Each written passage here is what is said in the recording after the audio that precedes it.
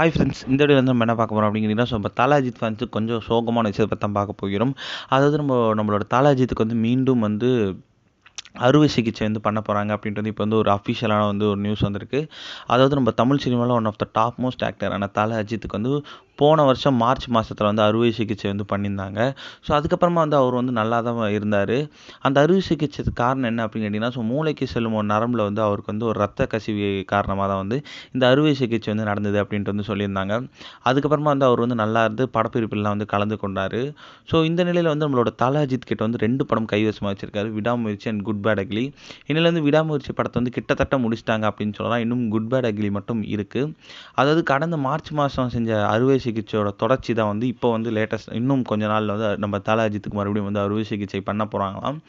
அதாவது இந்நிலையில் வந்து நம்மளோட இந்த அறுவை சிகிச்சை பண்ணால் வந்து கண்டிப்பாக வந்து முழுமையாக வந்து குணமடைஞ்சிருவாங்க அப்படின்னு சொல்கிறாங்க.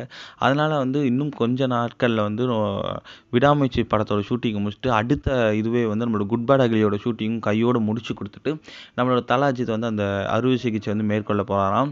அதாவது இந்த அறுவை சிகிச்சை மேற்கொண்டா வந்து அவர் வந்து 1 வருஷம் வந்து கம்ப்ளீட்டாக ரெஸ்ட் எடுக்கணும் அப்படின்னு சொல்லியிருக்காங்க. அதுக்கும் வந்து அவர் வந்து ஒத்துக்கிட்டார் அப்படின்னு சொல்கிறாங்க. அதாவது அறுவை சிகிச்சை முடிந்து அடுத்த 1 வருஷத்துக்கு வந்து நம்ம தல அஜித் வந்து பிக் ஸ்க்ரீனில் பார்க்க முடியாது அப்படின்ட்டு வந்து இப்போ வந்து அஃபிஷியலாக ஒரு நியூஸ் வந்து வந்திருக்கு. ஸோ இது வந்து தல அஜித் ஃபேன்ஸுக்கு வந்து கொஞ்சம் சோகமான விஷயம் தான்.